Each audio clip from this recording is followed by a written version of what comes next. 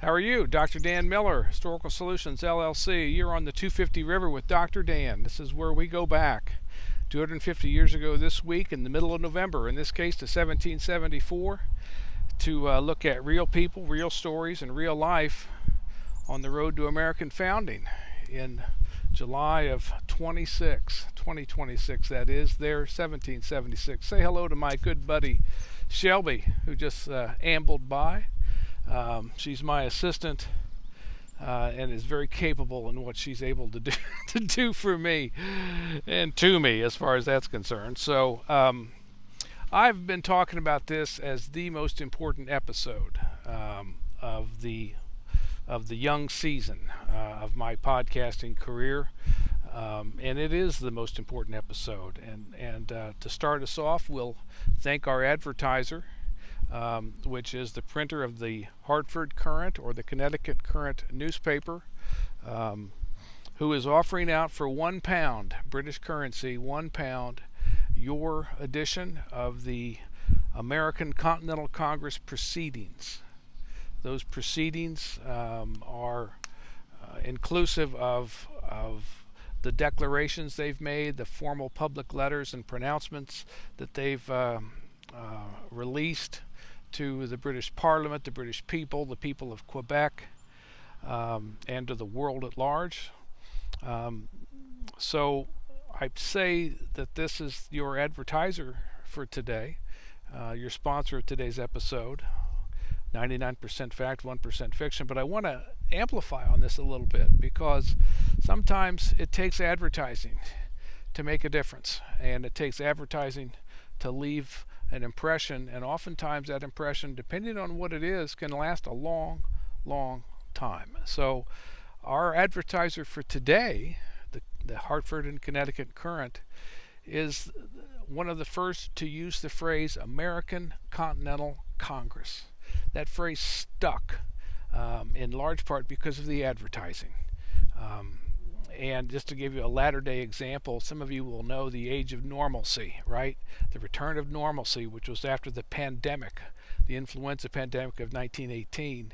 And our outgoing president, Joe Biden, POTUS 46, had referred to normalcy when he took the oath of office back in 2021. My point in bringing this up is to let you know that when Warren Harding, the POTUS, elected and taking the inauguration in 1921, when he first uttered and originated that phrase, normalcy, it just kind of went by. This was in the campaign of 1920, in the summer of 1920, and it took advertisers to grab that phrase and burn it into the consciousness of the American people, so much so that Joe Biden will re-invoke it 100 years later. So advertising can make all of the difference. By the way, there's normalcy sales for furniture and shoes and clothes and everything else in 1920 and 21. Advertising can make the big difference in what becomes remembered and memorialized. So it was normalcy a century ago. It was the American Continental Congress 250 years ago. That's our advertisement for today. But that's not the most important thing, and that's not the reason why I say this is the most important episode so far to date. Now, one thing I've done for everybody on two different occasions is suggest national holidays and all of that, the important things that had happened. Well, let me go a little further. In fact, let me go the furthest I've been yet on this. I think all of us would agree that the one institution in American life in 2024 that pretty much everybody trusts, respects, and holds dear is the American military. I think we all agree on that, right?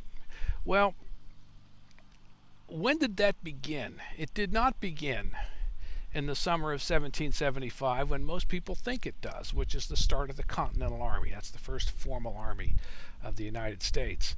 It did not begin that. It began 250 years ago in November of 1774. That's when it began. It began in this obscure little, long since abandoned fort in the upper Ohio Valley called Fort Gower. And there's a group of officers, volunteer officers, who had come together for about 3 months, 90 days worth of service, to serve in a kind of a wildcat cockamamie military expedition that the British Imperial Governor of Virginia had put together, Lord Dunmore, to go out and seize some land from native tribes out in the upper Ohio Valley, what's now eastern Ohio, western Pennsylvania, and into West Virginia. So they go out there, they do it. There's a battle at Point Pleasant on November 10th. But more importantly, there's a set of resolves at this little bitty fort called Fort Gower that, I don't know, couple dozen of the officers who've joined together for this expedition, they joined together for these resolves. And in the resolves, they say that everybody. By the way, we've just heard about the problems in Boston with the coercive acts. We've just heard about the British conduct of punishment towards the people of Boston for the in calling them the coercive acts. We've just heard that there's delegates in Philadelphia, and we've just heard that there's some resolves passed in Suffolk County, Massachusetts, that are calling for preparation for armed resistance.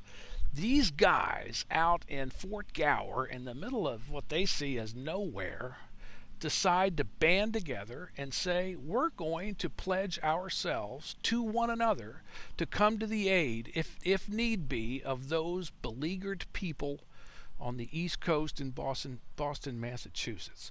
We're going to come together as soldiers. We've spent time in the woods. We've spent time sleeping under the dark night sky. We've spent time learning without rival, without parallel, to shoot and move and scout well in the woods, better than anybody else can do it. And if need be, if we're called upon by a regular procedure, by a regular organized body, if they call for us to help them militarily, armed power, we're going to do it. We pledge that to each other. This, folks, is the start of the American military spirit. This is the beginning and the birth of the institution and the outlook and the worldview that we all have come to respect down to 2024, that is what we would call the American military. This is that birth 250 years ago, November 1774. The American military as we know it, as a product of revolutionary fire, the American military that we hold dear, begins in the late fall of 1774. I'm Dr. Dan Miller. You're on the 250 River with Dr. Dan. Thanks for listening. Thanks for watching. If you get a chance, go to the website and see the entry for November 14th, because you'll read about the Fort Gower resolves. I appreciate you hanging out with me, and I hope you have a good rest of the day. Take care.